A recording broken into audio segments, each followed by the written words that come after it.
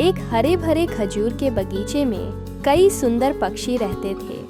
हर तरह मधुर चहकने की आवाजें गूंजती थीं, परंतु वहाँ एक खतरनाक दुश्मन भी मौजूद था।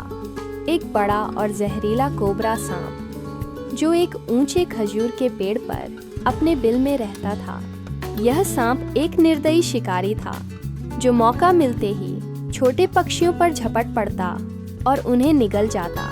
बगीचे के पंछी डर गए थे और कुछ तो बगीचा छोड़ने पर मजबूर हो गए थे, लेकिन एक समझदार कौवा अभी भी वहां मौजूद था, जो किसी न किसी तरह इस समस्या का हल निकालना चाहता था। कौवा जानता था कि सांप से सीधा मुकाबला आसान नहीं है, इसलिए उसने एक चतुर युक्ति सोची।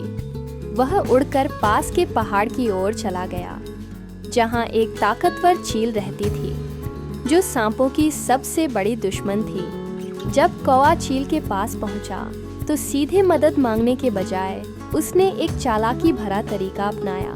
वह चील के पास गया और बोला, चील भैया, आजकल आप कमजोर लग रहे हैं। शायद आपके भोजन में कुछ नया स्वाद शामिल करने की जरूरत है। चील ने हैरानी से पूछा, क्या मतलब? कौवा मुस्कुराकर बोला, मैं आपके लिए एक बेहतरीन शिकार की खबर लाया हूँ। हमारे बगीचे में एक मोटा ताजा सांप है, जो न सिर्फ स्वादिष्ट भोजन बन सकता है, बल्कि वह खुद को आपसे ज्यादा ताकतवर समझता है। वह आपके ऊंचे दर्जे का मजाक उड़ाता है और सोचता है कि आप उसका कुछ नहीं बिगाड़ सकते। यह सुनकर चील का अहंकार जाग उठा। उसने तेजी से पंख फैलाए और गर्जना की, मुझे अभी उस घमंडी सांप को सबक सिखाना होगा। कौवा चील को अपने साथ बगीचे में ले आया। जैसे ही वे पहुंचे, चील ने ऊंचे पेड़ पर बैठे सांप को देख लिया।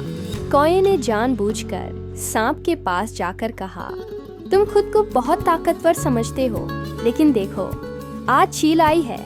अगर तुम सच में उससे ज्यादा मजबूत हो, तो उसका सामना क्यों नहीं करते? सांप को अपनी ताकत पर घमंड था। उसने फन उठाया और गुस्से में फुफकारा, लेकिन अगले ही पल चील आसमान से बिजली की तेजी से झपटी और अपनी मजबूत चोंच में सांप को जकड़ लिया।